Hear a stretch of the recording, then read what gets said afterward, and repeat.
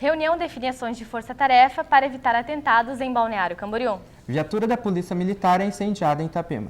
Ônibus é incendiado no bairro Morretes, em Itapema. Consumo e venda de bebidas alcoólicas é autorizada durante as eleições em Santa Catarina. Depois de Navegantes, mais um ônibus foi incendiado na noite desta segunda-feira em Itapema. Conforme as informações do Corpo de Bombeiros, 3 adolescentes teriam passado de bicicleta e jogaram um explosivo artesanal dentro de um ônibus que estava estacionado na rua 433 por volta das 10 horas da noite. 3 suspeitos de terem ateado fogo em uma viatura da Polícia Militar em Itapema na terça-feira à tarde foram apreendidos por volta das 19 horas. A detenção dos 3 adolescentes ocorreu após mais de 2 horas de cerco em um matagal às margens da SC 412, entre Itapema e Porto Belo. Este é o segundo atentado em Itapema desde a noite de segunda-feira, quando um ônibus foi incendiado. Uma reunião nesta quarta-feira definiu estratégia para evitar os atentados em Balneário Camboriú. Participaram do encontro Polícia Militar, Guarda Municipal e Secretaria de Segurança Pública e representantes da Expressur, empresa responsável pelo transporte coletivo da cidade. A força-tarefa foi montada com o objetivo de dividir as atribuições de escolta de veículos e ações preventivas, para um melhor monitoramento da segurança pública.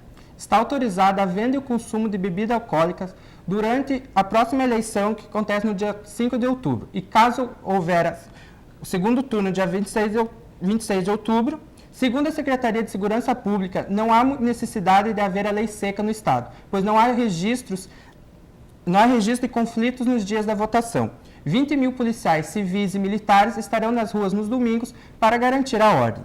O juiz de cada uma das 105 zonas eleitorais podem solicitar ao TRE, Tribunal Regional Eleitoral, exceções proibindo a venda e o consumo de álcool. Boa noite e até amanhã. Boa noite, até amanhã. Tainá Azevedo. Sérgio Agostinho. Está começando agora o Univale News, suas notícias em primeira mão. Boa noite. Boa noite. O líder estudantil dos protestos em Hong Kong deu um ultimato para que o chefe do governo local, Leung Chee-min, renuncie até quinta-feira ou as manifestações crescerão. O objetivo dos manifestantes tem sido ocupar partes da cidade, inclusive ao redor do distrito financeiro, para pedir por democracia. Os bancários das regiões de Florianópolis, Chapecó, Criciúma e Blumenau aderiram à greve nacional da categoria nesta terça-feira.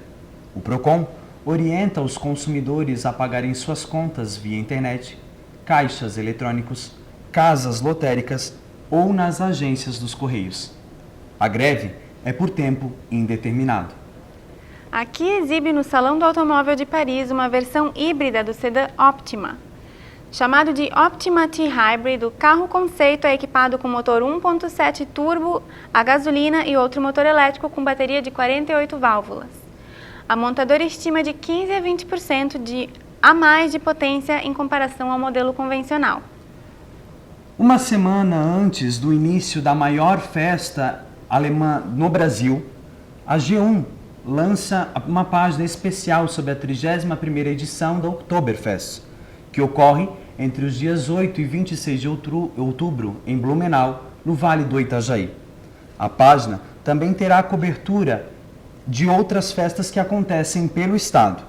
As comemorações resgatam as tradições vindas dos imigrantes europeus, como os alemães, italianos, açorianos e austríacos. Boa noite. Uma boa noite a todos. Até amanhã. Jaqueline Wilner e André Felipe Mendes.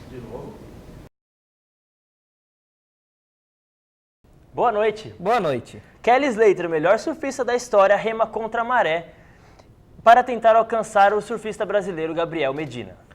Cairo Santos se torna o primeiro brasileiro a marcar pontos na Liga de Futebol Americano.